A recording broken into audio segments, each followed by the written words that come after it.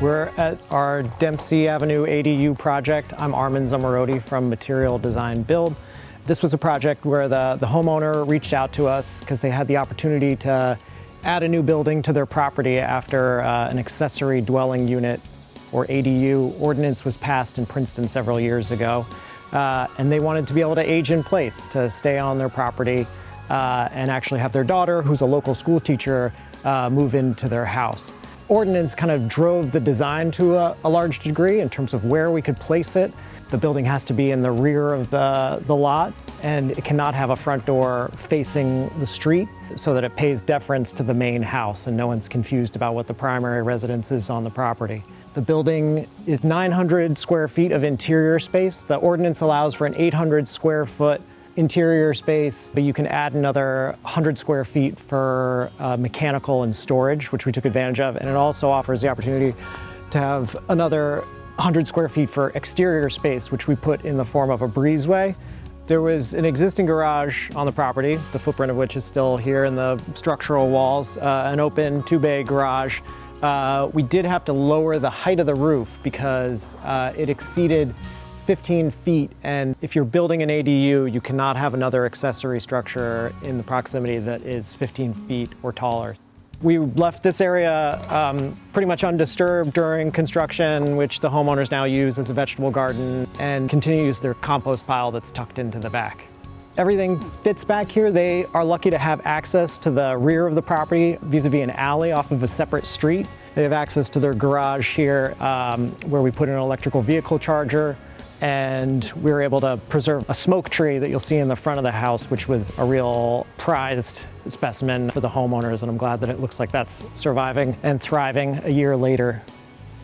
So now I'm standing under the aptly named breezeway, which is very comfortable on a sunny summer day right now and gives them an additional outdoor living space.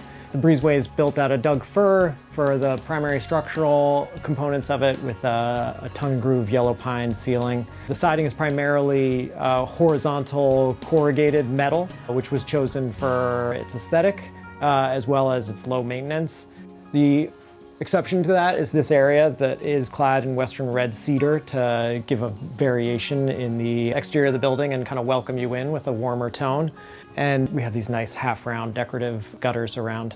The building is built on a foundation with a crawl space. The whole envelope is pretty super insulated for this climate zone. It's 2x6 construction with exterior insulation, and the roof is built with raised heel trusses that are super insulated and has a standing seam metal roof on the top of it.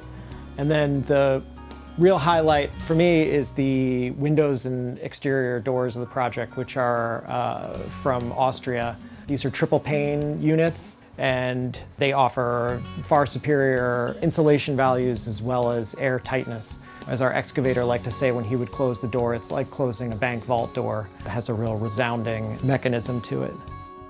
Now we'll go take a look inside.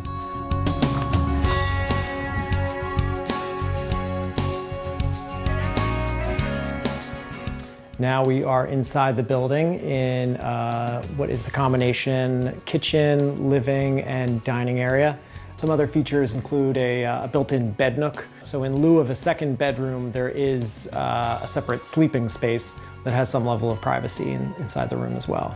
The building has 1 bedroom and 1.5 baths and a mechanical room in addition to the space that I'm in. The ordinance allows for a maximum of 3 habitable rooms, so that drives the design. That allowed us to combine a lot of functions into this space and make use of all the walls and surface areas for kitchen cabinetry and storage. This is the heart of the home. We have rich light countertops in the kitchen, which are compressed recycled paper. The floors are cork. The ceiling is white pine.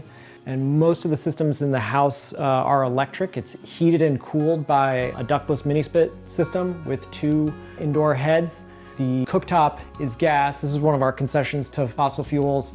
And this was driven by the non-availability of pacemaker-safe cooktops at the time we designed this. When I suggested doing an induction range, the client who has a pacemaker said, "Are you trying to kill me?"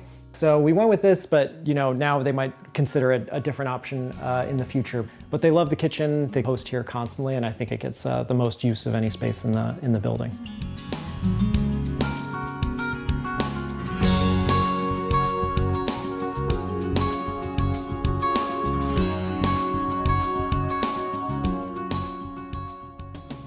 So the ADU was built with aging in place in mind, so it has minimal barriers within the building, wide doorways.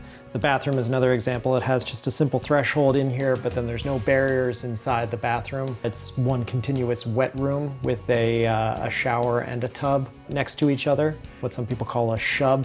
And we lined the whole thing with plywood. So there's many grab bars in here already, but you could easily add another grab bar or seat or any other sort of assistive device as you need.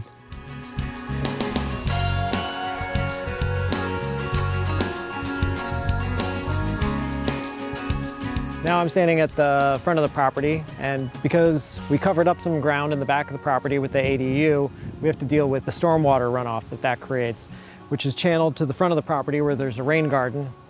And this was actually the only spot on the whole property that had enough percolation or soil permeability to put the rain garden, so it's quite a distance from the back.